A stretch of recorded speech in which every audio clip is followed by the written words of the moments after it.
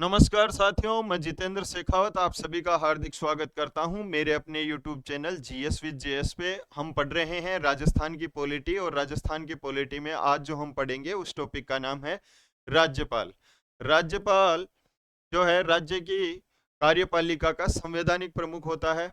राज्य की जो कार्यपालिका होती है वो दो प्रकार की होती है। दो प्रकार की इसलिए क्योंकि हमारे यहाँ संसदीय व्यवस्था है, और संसदीय व्यवस्था में कार्यपालिका दो प्रकार की होती है, चाहे वो केंद्र में चाहे राज्य में। अब ये क्या होती है संसदीय व्यवस्था? तो संसदीय व्यवस्था में एक नाम मात्र की कार्यपालिका होती है और एक वास्तविक कार्यपालिका होती है।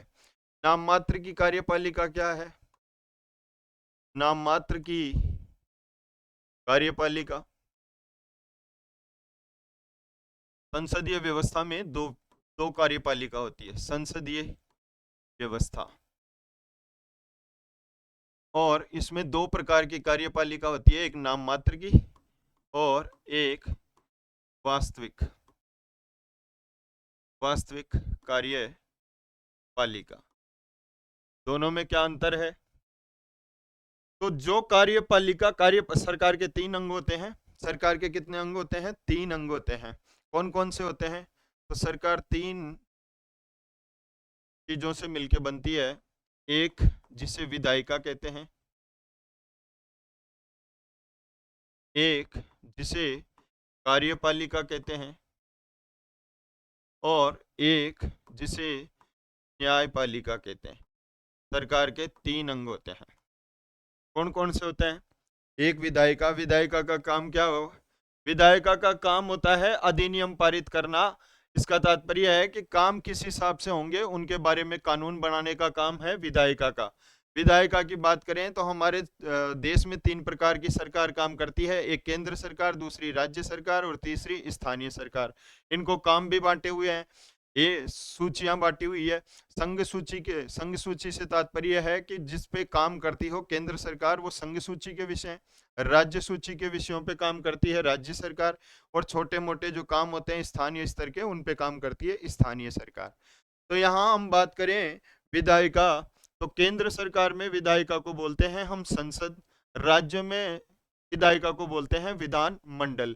संसद के बारे में जब पढ़ेंगे तब देखेंगे कि संसद के दो सदन होते हैं, राष्ट्रपति वगैरह सब चीजें देखेंगे। फिलहाल हम ये देख रहे हैं कि सरकार के कितने अंग होते हैं। कितने अंग होते हैं? तीन अंग होते हैं।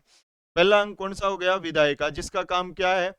कानून का निर्माण करना। विधायिका केंद्र सरकार में संसद बोला जाता है, राज्यों में विधानमंडल बोला जाता है, इतना ध्यान रखना। कार्यपालिका, जो विधायिका ने कानूनों का निर्माण कर दिया उसके अनुसार काम करना है किसको? कार्यपालिका को। तो विधानमंडल या फिर विधायिका द्वारा क्या किया जाता है? कानूनों का निर्माण। कानूनों के अनुसार कार्य कौन करती है? कार्यपालिका। और दोनों ठीक ढंग से काम कर रही है कि नहीं, इसका ध्यान रखने के लिए यहाँ बैठा दिया हमने किसको? न्यायपालिका को। तो तीनों काम हो गए। कानून का निर्माण, कानून के निर्माण के अनुसार फिर क्या है? कार्य करना। फिर ये दोनों सही तरीके से काम कर रही है कि नहीं, तो इसको देखने के लिए कौन है? न्यायपालिका। अब हम बात कर रहे थे संसदीय व्यवस्था। संसदीय व्यवस्था में क्या है कि दो कार्यपालिका होती है। कार्यपालिका दो ही, इसका मतलब क्या है? तो एक वास्तविक कार्यपालिका होती है, एक जो है नाम मात्र की कार्यपालिका होती है। तो हम बात इस प्रकार इस बात को समझें कि हमारे देश में काम सारे जो है देश की सरकार में प्रधानमंत्री करता है, और राज्यों में सारे काम जो है वो करता है मुख्यमंत्री। प्रधानमंत्री प्लस मंत्री परिषद मिलके फैसले लेती है सारी। राज्यों में मुख्यमंत्री और उसके मंत्री मिलके फैसले लेते हैं। तो ये तो वास्तविक कार्यपालिका है। तो वास्तविक कार्यपालिका में राज्य की बात करें तो मुख्यमंत्री मुख्यमंत्री प्लस मंत्री परिषद। और एक तरीके से देखें तो नाम मात्र की कार्यपालिका कि भैया काम तो हमने कर लिए, साइन आपको करने हैं, जो काम कर लिया वो कागज आपको दे दिया, उस पे साइन करके आपको देने ही देने हैं। एक तरह के फूफा जी की स्थिति में है। वो है कौन राज्य में? राज्यपाल। फूफा जी को भी क्या है कि ब्याह में पूछ लिया, लेकिन वो सब कुछ डिसाइड करके फिर पूछा कि ये तो फूफा जी बस कर ली, ये हलवाई कर लिया, बताना केवल रहता है, और अब आप बता दो, इनको फाइनल कर दो और देख लो। तो इस प्रकार से जो कार्यपालिका है दो प्रकार की होती है संसदीय व्यवस्था में।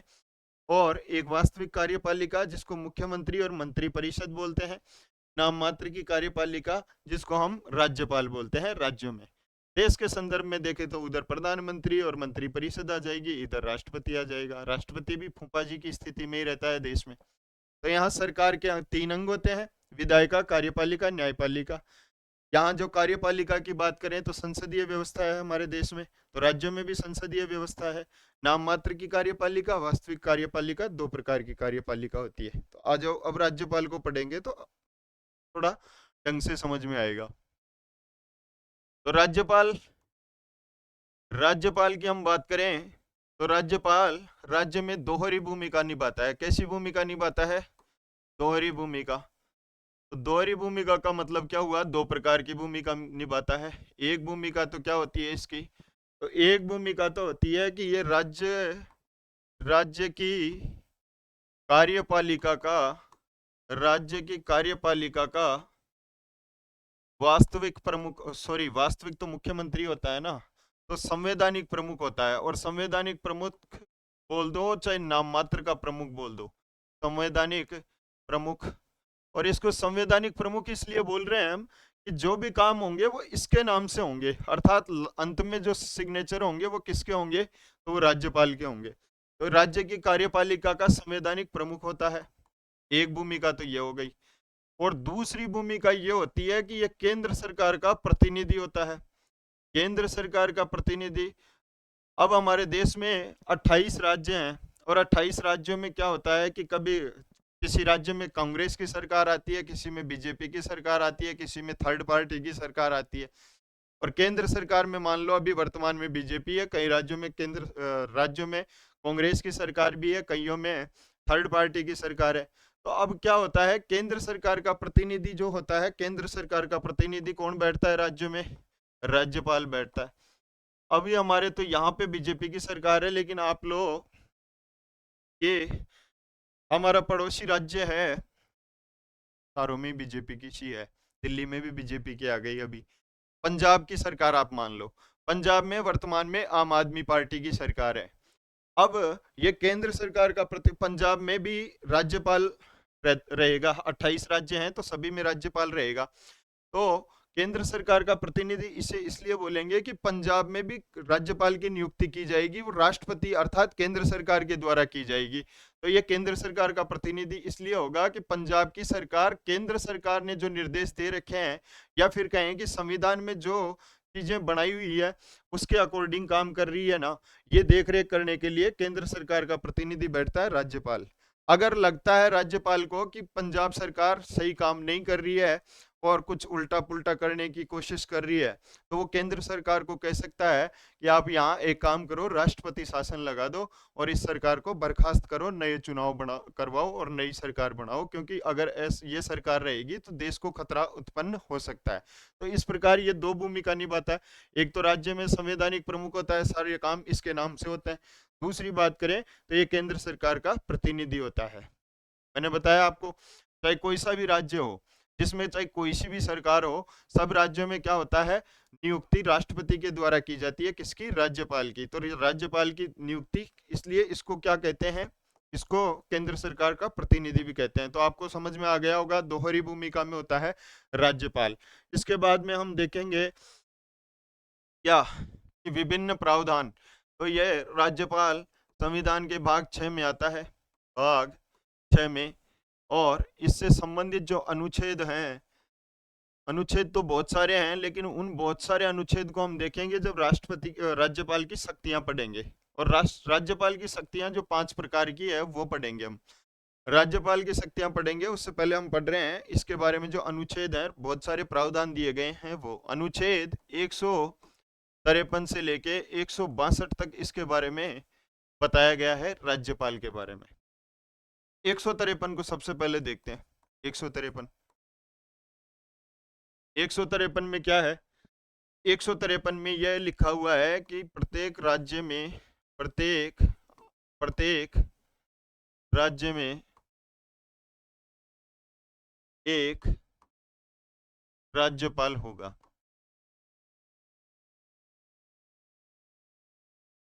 ये लिखा हुआ था कहाँ? मूल संविधान में। और मूल संविधान किसको बोलते हैं हम? बार बार हर टॉपिक पढ़ते हैं तो उसमें मैं आपको बताता हूँ कि मूल संविधान उसको बोलते हैं जो 26 जनवरी 1950 को संविधान लागू हुआ था, तो उसको हम मूल संविधान के नाम से जानते हैं। संविधान में ही हमारे पढ़कों ने व्यवस्था कर दी थी, अर्थात संविधान बनाने वालों ने ये व्यवस्था कर दी थी कि कभी कभार ऐसी स्थितियां उत्पन्न हो सकती है कि इस संविधान में जो चीजें हैं उनको हटानी पड़ सकती है या फिर कुछ चीजें नई जोड़ी जा सकती हैं। तो इसके लिए उन्होंने एक व्यवस्था की थी संविधान संशोधन की। ये भाग 20 में, अर्थात 22 भाग थे मूल संविधान में, तो उसमें भाग 20 में 368 अनुच्छेद में लिख दिया था उन्होंने कि किस प्रकार से इसमें संशोधन किया जा सकता है। तो 7वां संविधान संशोधन हुआ, ध्यान रखना यहाँ इंपॉर्टेंट है, 7वां संविधान संशोधन। और ये कब हुआ? 1956 में। देखो मूल संविधान में लिखा कि प्रत्येक राज्य में एक राज्यपाल होगा। उसके बाद 7वां संविधान संशोधन 1956 में होता है, और इसमें क्या कर दिया जाता है, इसमें कहते हैं कि अपन ऐसा भी कर सकते हैं, दो या दो से अधिक राज्यों के लिए, दो से अधिक राज्यों के लिए एक राज्यपाल हो सकता है। तो ये व्यवस्था मूल संविधान में नहीं थी, इसकी व्यवस्था 7वें संविधान संशोधन जो 1956 में हुआ उसके माध्यम से की गई है कि दो या दो से अधिक, अर्थात राजस्थान, हरियाणा और पंजाब में एक राज्यपाल को लगाया जा सकता है, राजस्थान हरियाणा में एक राज्यपाल को लगाया जा सकता है।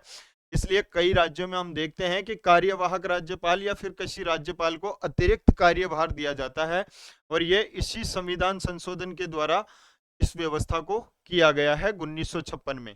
तो आपको 153 में क्या ध्यान रखना है कि प्रत्येक राज्य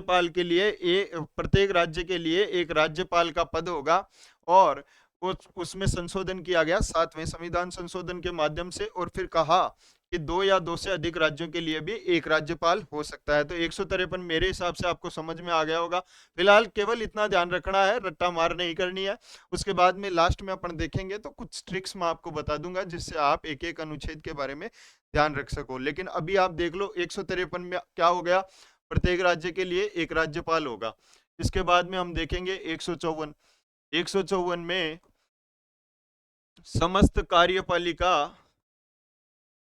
समस्त कार्यपालिका शक्ति जो संविधान में लिखी हुई है, वैसे मैं आपको लिखवा रहा हूँ, एक बार आपको रटना नहीं है, केवल इसको पढ़ते हुए चलो, बाद में फिर 2-4 बार अपन पढ़ेंगे और इसके बारे में चर्चा करेंगे तो आपको समझ में आ ही जाएगा। और फिर पढ़ाई तो ऐसी चीज है, बोरिंग तो है ही, थोड़ा बहुत तो क्या है कि इसमें और तो आप होगे। अब कोई अच्छी चीज तो है नहीं, नहीं अच्छी चीज होती तो फिर कोई भी पढ़ता और फिर नौकरी लगते सारे के सारे। हालांकि इतनी पद भी नहीं होते सरकार में, लेकिन फिर भी कंपटीशन है, पढ़ने में जोर आता है। तो पढ़ने में जोर आता है, बोर हो तो थोड़ा बहुत कुछ ऐसे सपने देख लिया करो या फिर कुछ ऐसी चीजें सोच लिया करो जिससे आपको मोटिवेशन मिलता रहे, आप मोटिवेट होते रहो। कई बार क्या होता है कि जैसे अपन खुद से कई चीजें सोचते रहते हैं और फिर डिप्रेशन में चले जाते हैं, तो खुद से ऐसी चीजें भी अपन सोच सकते हैं जो वो डिप्रेशन को दूर करके और खुद को खुद में शहंशाह बना सकती है अपने को। दूसरे वाले कुछ भी सोचे उससे अपने को क्या मतलब है, एक नौकरी लेनी है तो नौकरी किसी भी प्रकार से अपने को मेहनत करके मिल जाए, बस इतना सपना रखना है। उसके बाद में क्या करेंगे वो बाद वाली बात है। तो ये याद रखने के लिए थोड़ी सी मेहनत तो आपको करनी ही पड़ेगी। तो यहाँ 154 में क्या लिखा हुआ है, समस्त कार्यपालिका शक्ति किसमें निहित होगी? समस्त कार्यपालिका शक्ति राज्यपाल में निहित होगी, राज्यपाल में निहित होगी।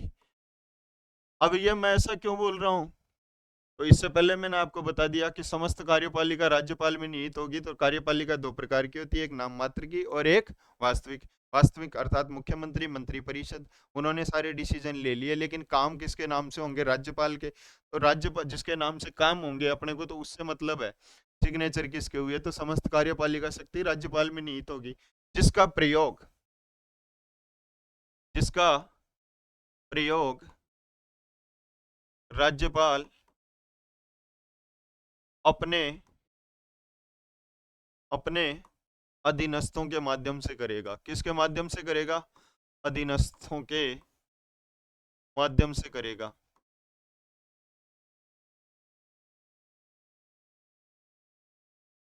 यहाँ यह बात भी लिखी हुई है कि जिसका प्रयोग राज्यपाल स्वयं या अपने अधीनस्थों के माध्यम से करेगा। तो ऐसी स्थिति तो बहुत कम आती है कि राज्यपाल खुद की मर्जी से कोई काम कर सके। उसको तो सारे काम अपने अधीनस्थ, और यहाँ अधीनस्थ का मतलब क्या है? तो अधीनस्थ का मतलब वही है जो वास्तविक कार्यपालिका के प्रमुख है। एक तो मुख्यमंत्री साहब, और फिर उसकी टीम अर्थात मंत्री परिषद। तो ये वाक्य तो आपको ये बताने के लिए बार बार आएगा कि भैया राज्य में सर्वे सर्वा कौन है? तो सर्वे सर्वा तो मुख्यमंत्री और मंत्री परिषद है। फूफा जी को इसलिए बैठाया है कि वो राज्य सरकार के संबंध में सही सूचना या गलत सूचना जो भी है वो केंद्र सरकार के प्रतिनिधि के तौर पे केंद्र सरकार को दे सके। तो इसलिए भाई कई बार ऐसी स्थिति उत्पन्न हो जाती है कि देश को खतरा हो जाए, कोई राज्य अपने आप को अलग करने की स्थिति में आ जाए, या फिर वो तो हट जाए कि नहीं नहीं हम देश के जो नियम है उनके अनुसार नहीं चलेंगे, हम तो इस हिसाब से चलेंगे। तो ये फिर इस भूमिका को निभाता है राज्य में राष्ट्रपति शासन, राज्यपाल की सिफारिश से लगता है।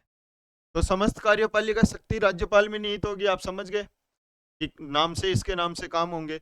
जिसका प्रयोग राज्यपाल स्वयं स्वयं वाली स्थिति कब आती है? जब मैं बताऊंगा आपको कि त्रिशंकु सरकार हो या फिर किसी को स्पष्ट बहुमत नहीं मिला है, उस स्थिति में फिर राज्यपाल थोड़ा पावरफुल हो जाता है। अगर स्पष्ट बहुमत मिल गया तब तो फिर वो जिस दल को बहुमत मिला है वो दल पावरफुल होगा, उसमें फिर राज्यपाल को वही काम करने होंगे जो उस दल के द्वारा या फिर उस दल के मुख्यमंत्री और मंत्रिपरिषद द्वारा कहा जाएगा।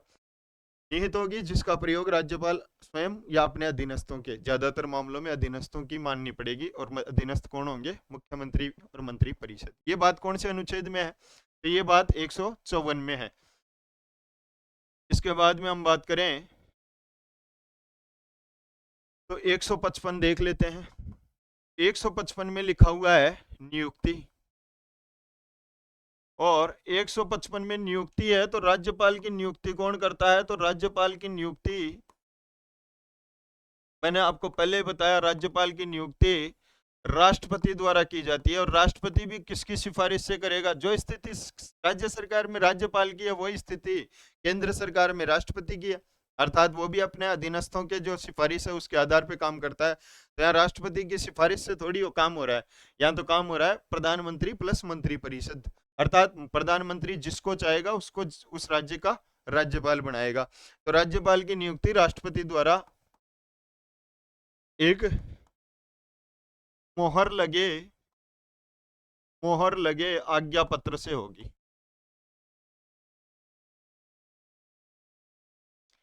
आज्ञा पत्र से होगी। तो इनको तो फील करवा दिया कि काम सारे आपके नाम से होंगे, जबकि कर कौन रहा है? देश में प्रधानमंत्री और मंत्री परिषद, और राज्य में कौन कर रहा है? मुख्यमंत्री और मंत्री परिषद। तो 155 आपको समझ में आ गया। 155 में क्या है? नियुक्ति। तो एक बार याद कर लो 153 में क्या है? तो 153 में है कि प्रत्येक राज्य में एक राज्यपाल का पद होगा, और फिर उसमें संविधान संशोधन 7वां जो है 1956 में किया, अर्थात 6 साल बाद लागू हुआ। 1950 में 6 साल बाद इनको लगा कि यार अपन ऐसा करते हैं कि 2 या अधिक राज्यों के लिए भी एक राज्यपाल को क्यों झूठी ज्यादा तनख्वाह देनी किसी, तो अपन 2 या 2 से अधिक राज्यों के लिए भी एक राज्यपाल रख सकते हैं। तो 153 में ये व्यवस्था कर दी। फिर इसके बाद में 154 में इन्होंने कहा कि 154 में समस्त कार्यपालिका शक्ति किस में निहित होगी? राज्यपाल में निहित होगी। 155 में नियुक्ति राष्ट्रपति द्वारा, केंद्र सरकार का प्रतिनिधि है तो राष्ट्रपति द्वारा इसकी नियुक्ति की जाती है। इसके बाद में आप आ जाओ 156 और 156 में राज्यपाल का कार्यकाल। तो कार्यकाल के बारे में आपको ध्यान रखनी है 3-4 चीजें। पहली बात तो देखो कार्यकाल 5 वर्ष का होता है, 5 वर्ष का होता है। लेकिन अगर कोई दूसरा राज्यपाल नहीं लगाया है राज्य में तो फिर ये 5 साल के बाद में भी कार्यरत रह सकता है, अर्थात जब तक नया राज्यपाल राज्य में नहीं नियुक्त किया जाता है तब तक फिर इस राज्यपाल को ही रखा जाता है 5 साल के बाद में। तो ये नॉर्मली सामान्यतः कार्यकाल कितना वर्ष होता है? 5 वर्ष का। दूसरी बात याद रखनी है आपको कि ये राष्ट्रपति के प्रसाद पर्यंत रहता है। राष्ट्रपति अगर ये 5 साल पूरी करेगा तो वो किसकी इच्छा से पूरी करेगा? राष्ट्रपति। और राष्ट्रपति का मतलब क्या है यहाँ? राष्ट्रपति साहब तो नाम मात्र के हैं, प्रधानमंत्री और मंत्री परिषद। तो राष्ट्रपति के प्रसाद पर्यंत अगर इसका मतलब है कि भैया 5 वर्ष से पहले भी अगर राष्ट्रपति को लगे मतलब प्रधानमंत्री और मंत्रिपरिषद की सिफारिश राष्ट्रपति को हो जाए कि इसको हटा दो, 5 वर्ष पहले भी हटाया जा सकता है। तो पहली बात 5 वर्ष। दूसरी बात राष्ट्रपति के प्रसाद पर्यंत, फिर यह नहीं है कि 5 साल का कार्यकाल पूरा करे। और सबसे बड़ी बात, राष्ट्रपति कोई कारण भी बताने के लिए जिम्मेदार नहीं है कि भैया मैं इसको इसलिए हटा रहा हूँ, उसके मर्जी में आ गई तो वो हटा देगा उसको। तीसरी बात यहाँ लिखी है कि राज्यपाल को नहीं जमा मामला तो वो त्याग पत्र दे सकता है। और त्याग पत्र किसको देगा? त्याग पत्र अपने बॉस को, अर्थात जिसने नियुक्त किया है उसी को, तो राष्ट्रपति। तो ये है कार्यकाल की बात। तो कार्यकाल हो गया अपना। 157 में आ जाओ। अब किसको राष्ट्रपति नियुक्त करोगे, अर्थात उसकी योग्यता क्या होनी चाहिए? तो योग्यता में ना तो ये लिखा हुआ है कि वो कितना पढ़ा लिखा हो, ना ही ये लिखा हुआ है कि इस उम्र के बाद उसको राज्यपाल नहीं बनाएंगे। तो योग्यता में दो ही बात लिखी हुई है। पहली बात तो क्या है कि वो सीधा सीधा यह है कि भारत का नागरिक हो,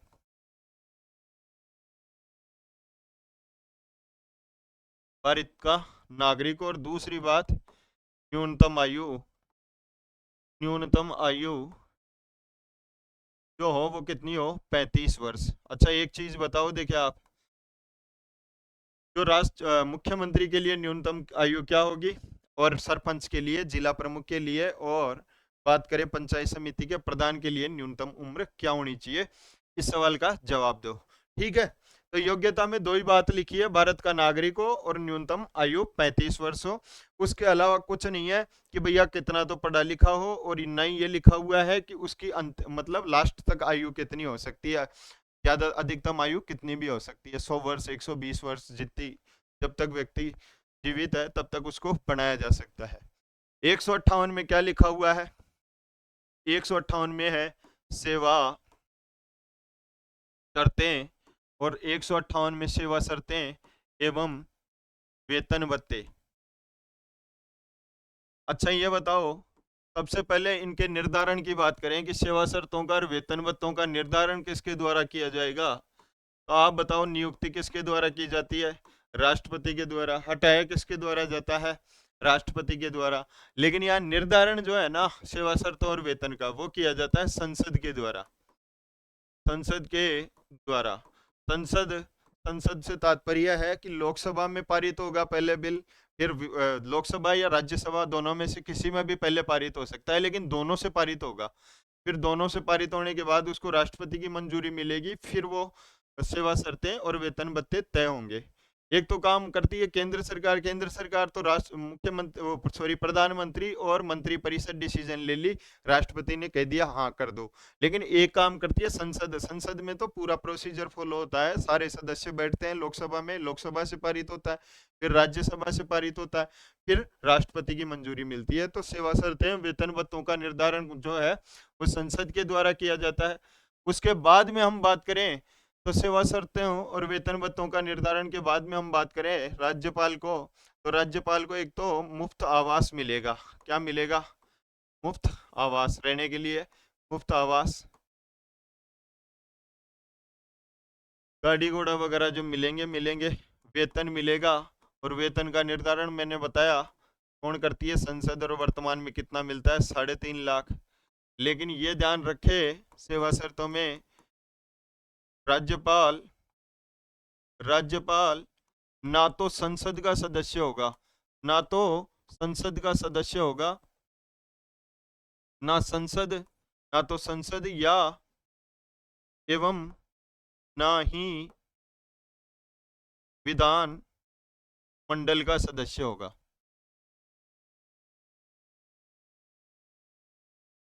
विधान मंडल का सदस्य होगा। तो क्या मतलब हुआ इसका? तो इसका मतलब हुआ कि अगर वो संसद का सदस्य है और विधान मंडल का सदस्य है, तो जिस दिन वो राज्यपाल बन गया और पद ग्रहण कर लिया राज्यपाल का, उसी दिन से उसकी संसद की सदस्यता और विधानमंडल की सदस्यता समाप्त मानी जाएगी, अर्थात वो किसी दल का व्यक्ति नहीं रह सकता उस टाइम। फिर चौथी शर्त ये लिख दी कि भैया इसके बाद में एक बात और है कि वो लाभ का पद ग्रहण नहीं करेगा। अब ऐसा नहीं हो सकता कि राज्यपाल है तो वो कहे कि साहब मेरे को किसी आयोग का अध्यक्ष बना दो, या फिर मुझे कोई राज्य सरकार में या केंद्र सरकार में किसी नियोजन में लगा दो, अर्थात कोई नौकरी और दे दो। तो राज्यपाल है तो राज्यपाल रहेगा, कोई अन्य पद ग्रहण नहीं करेगा लाभ का, तो लाभ का पद ग्रहण नहीं करेगा। तो यह हो गई किसकी बातें, यह हो गई 158 में सेवा शर्तों की बातें। अब चलते हैं 159 में, और 159 में है शपथ। अब पहली बात शपथ की बात करें। अच्छा, दूसरी अनुसूची में वेतन भत्ते दिए गए हैं, तो राज्यपाल का जो वेतन है वो दूसरी अनुसूची के अकॉर्डिंग होगा, लेकिन शपथ है तीसरी अनुसूची में शपथ के बारे में है, वो उसके अनुसार नहीं होगी।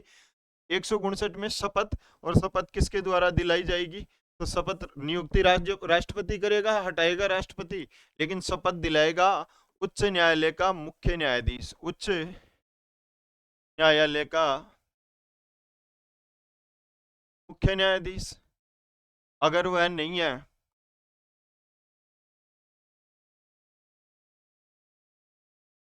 द्वारा, या फिर ये नहीं है तो या वरिष्ठतम न्यायाधीश द्वारा, वरिष्ठतम न्यायाधीश द्वारा।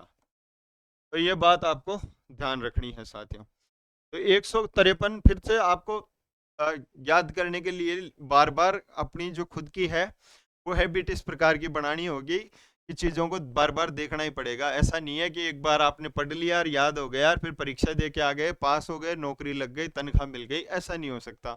थोड़ा सा तो आपको क्या है कि अपने आप को मोटिवेट रखना ही पड़ेगा।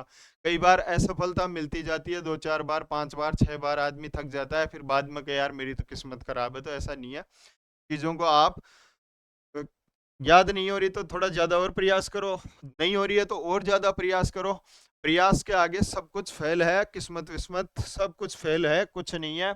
अगर आप ठीक ढंग से प्रयास करोगे, क्या कमी रह गई उसका पता लगाओगे, ऑटोमेटिकली आपकी चीज़ें क्लियर होती चली जाएंगी, एग्ज़ाम आपका बढ़िया होगा, नौकरी आपकी लग जाएगी।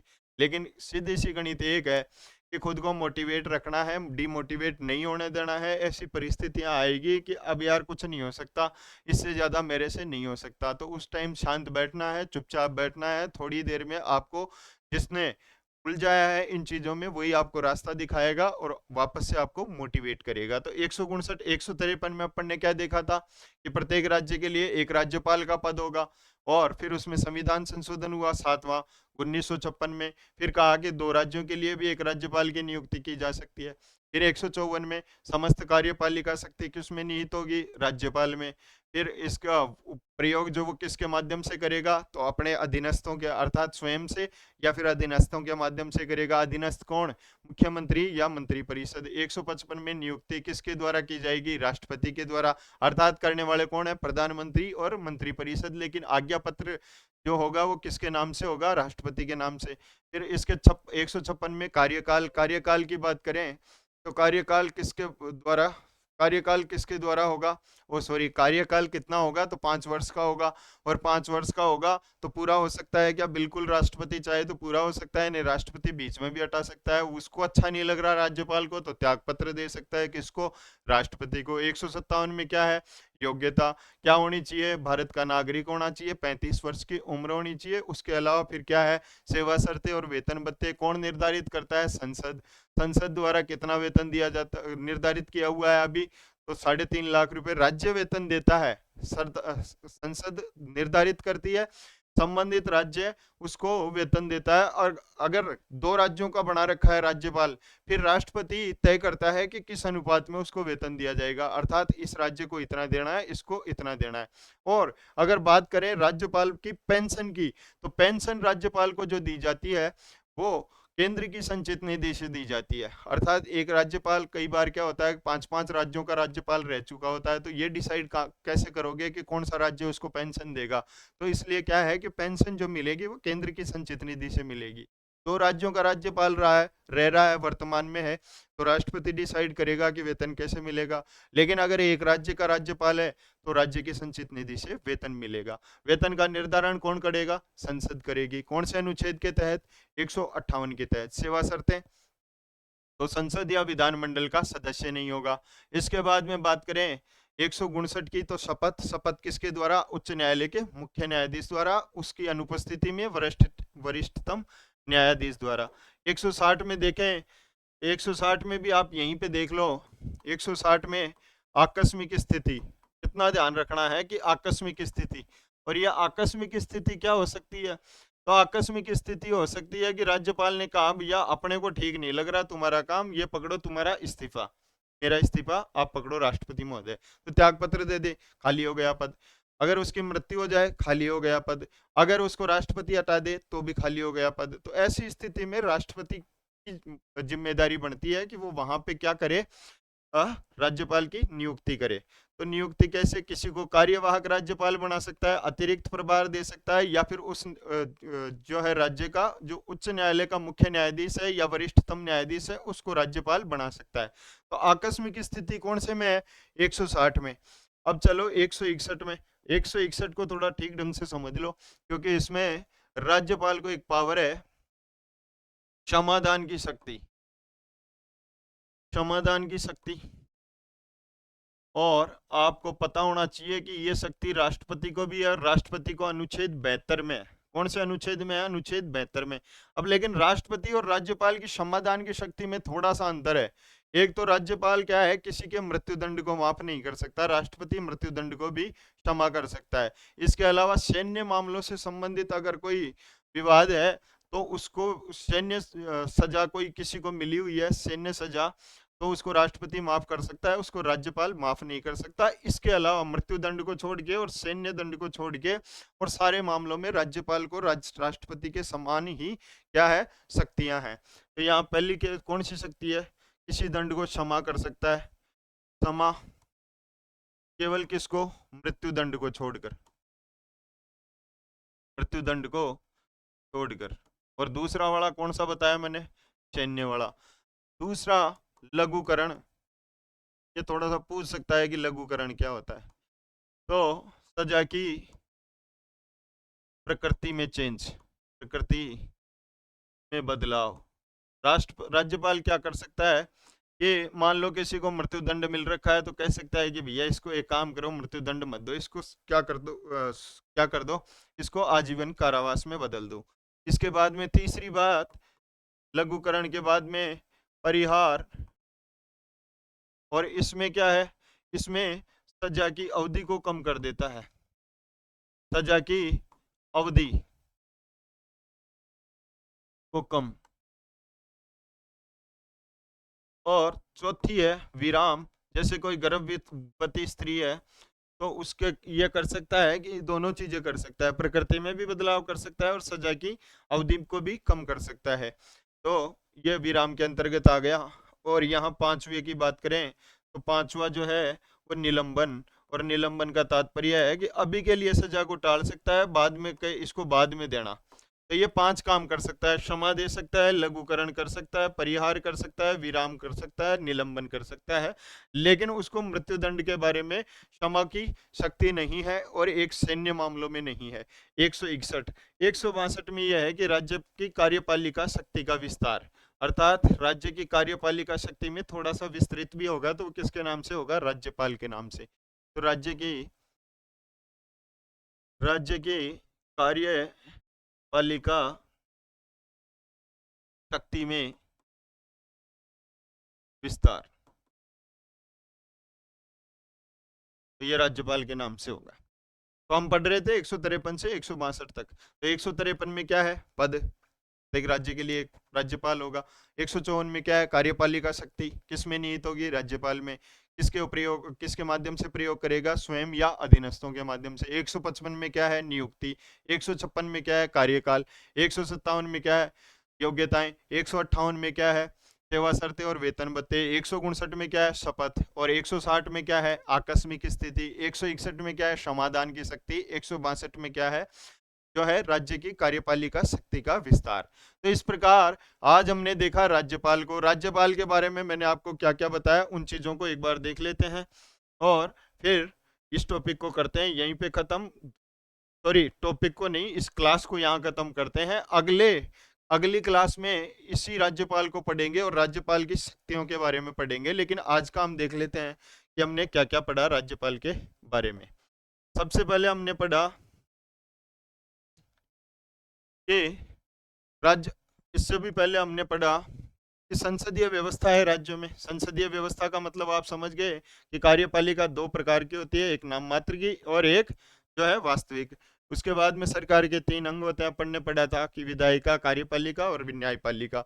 राज्यपाल की बात करें तो राज्यपाल की राज्य में दोहरी भूमिका होती है। राज्य की कार्यपालिका का संवैधानिक प्रमुख होता है, अर्थात सारे काम इसके नाम से होते हैं। और केंद्र सरकार का प्रतिनिधि तो मैंने बताया कि किसी भी राज्य में किसी भी पार्टी की सरकार हो, लेकिन केंद्र सरकार द्वारा अर्थात राष्ट्रपति द्वारा नियुक्ति की जाएगी, इसलिए इसको केंद्र सरकार का प्रतिनिधि कहते हैं। सारी चुगली कर देता है वहां पे जाके राज्यपाल के, भैया इस प्रकार से अगर बचाना है तो बचा लो, नहीं तो फिर गए काम से। तो यहाँ भाग 6 में राज्यपाल का प्रावधान है। अनुच्छेद 153 से लेके 162 तक इसके बारे में अनुच्छेद है, प्रावधान किया गया है। 153 में हमने देखा कि प्रत्येक राज्य के लिए एक राज्यपाल होगा। 7वां संविधान संशोधन है, उसमें कहा कि कोई जरूरत नहीं है, तो राज्यों के लिए भी एक को नियुक्त कर दो, कोई दिक्कत वाली बात नहीं है।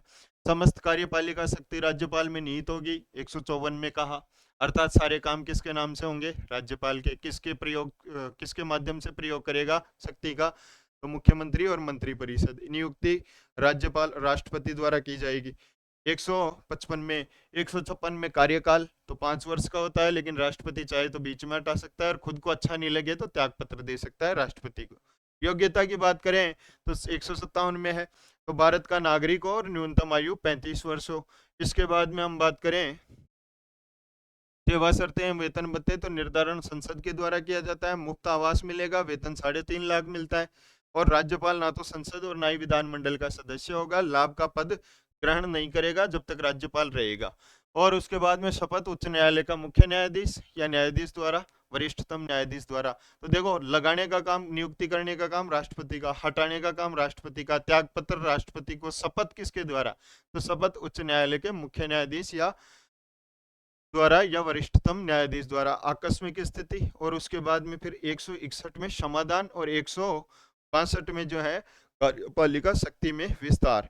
तो यहाँ तक ये जो है ये टॉपिक, यहाँ प्रावधानों से संबंधित जो भी है बातें वो हमने कंप्लीट कर ली। कल वाली क्लास में हम देखेंगे राज्यपाल की शक्तियां। और राज्यपाल की शक्तियां हैं, एक तो कार्यपालिका की शक्तियां, तो इसमें हम देखेंगे कि वो किस किस की नियुक्ति कर सकता है, वो किस किस बोर्ड का अध्यक्ष होता है, सभापति होता है या संरक्षक होता है। फिर विधायी शक्तियां, विधायी शक्तियों में देखो राज्यपाल जो है विधानसभा या यूं कहें विधानमंडल का अभिन्न अंग होता है, तो विधायी शक्तियां होती है उसकी। फिर इसके बाद में तीसरी शक्तियां होती है न्यायिक शक्तियां, जो हम देख रहे हैं।